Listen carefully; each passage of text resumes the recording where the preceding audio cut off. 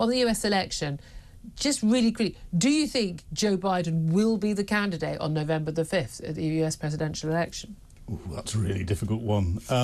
I hope not, for his sake and his family's sake. You know, leaving a high. He's got so much respect across the United States. Well, for previous candidate, previous guests saying, look, you know, he's much loved by a lot. Yeah, and he is much loved, but that will quickly turn the other way if his cognitive decline continues to a point where he starts to make really big boo-boos. And if he loses to Donald Trump, then you know he and he must be aware. He must know. And when he says things like he did a couple of days ago, look, it was jet lag. They previously said it was a cold, and even his press secretary was on in the press briefing room in the White House yesterday saying, I mean, I've never found her very impressive, I have to say, and she said, look, you know, it was down to things like, you know, feeling unwell, but also jet lag. Sorry, she's repeating the jet lag line, which is a blatant lie. Or if you still have jet lag, 12 days days after you've returned from abroad. Then you're not fit. You're not fit to be in public office. I mean, good grief. I mean, it's absurd. Also, by the way, you know, he's an elderly man, but you know, you're on Air Force One. You've got a bed. He's not sitting in economy with a kid kicking his seat like loads of us have had to do overnight, an overnight flight, and then to go into work the next day. Give me a break. But it seems like everybody's in on this big lie. Yeah. I still stand by my view, and I put it to that representative of Democrats abroad UK.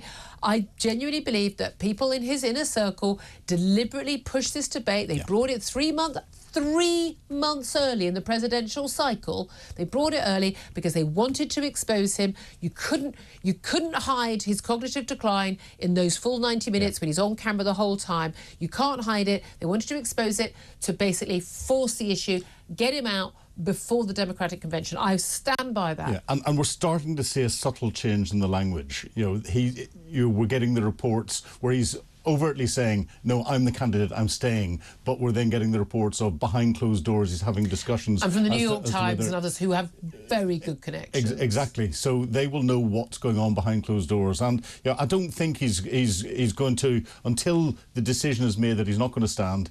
Of course he's going to come out and publicly say, I am the candidate, I'm everything. Yeah. But we're starting to hear other things, flowing underneath that. So I think when it comes to the Democratic convention, 19th to 22nd of August, I think sometime before that he'll turn around and say, no, I've served my bit.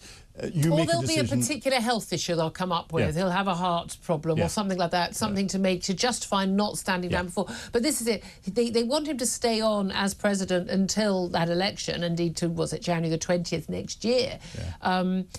They don't want Kamala Harris. Well, anyone who's sane doesn't want Kamala Harris to take it over. I mean, the woman is an idiot. I'm sorry. Everyone points to her credentials, which seem pretty solid. She came sixth in the presidential candidacies back in 2020. She only got the job. If she'd been a white man, she wouldn't have been chosen to be vice president.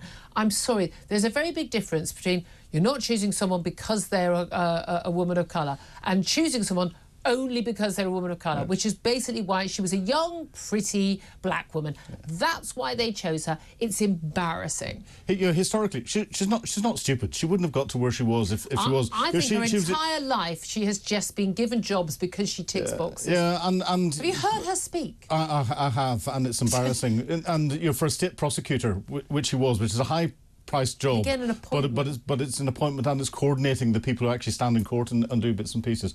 But you know, there has to be something there. But there's also talk of the current California governor, Newsom, and him potentially stalking in the background. Now, people are saying it's too early, too young, and he would be a next candidate. But there's talk going on about other people, and that's new. That's the important bit. Yeah, I mean, I always forget her name. Gretchen Whitmer is another one who's got some, looks like she's the part. But again, it takes 2 years for presidential candidates to sort of move up to the name recognition and the like.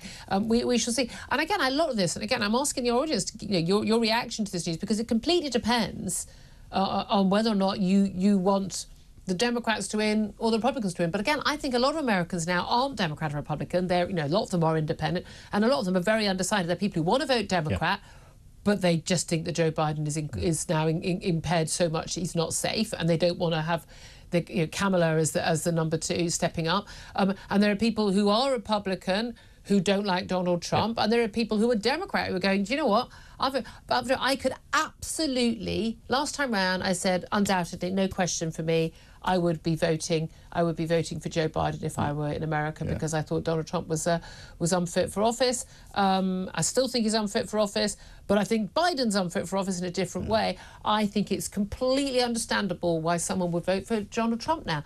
The Democrats have gifted this to him, in my view. Yeah. And the worrying bit is, yes, there are a lot of people undecided, but there's a growing extreme element, especially on the extreme side of the Republican Party, and on the Democrat. And on the Democrat, but that's grown up through a lot of different historical. It's been brewing in the background for so many years. The United States, conspiracy theory stuff, the QAnon, exactly. The United States is a country which, if you examine it and you examine the processes in there, you wonder why it hasn't shaken itself apart, because there are north-south splits, east-west splits, black-white splits, religious splits, and everything else. They think they're the greatest democracy on earth. They're really not. They are a very, very broken country, and that's almost 50-50 divide creates real problems. But again, I think the Democrats get a free pass, and again, I think there are echoes again in European elections across all countries in Europe, not EU, but across Europe, where this free pass is given on the left. And the Democrats, this whole sort of, trans rights, trans women are women, the radical net zero policies that they pursue in America,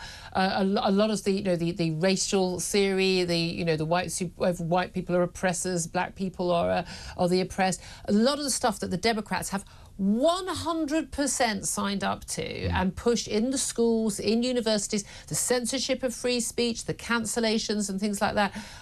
They are extremists.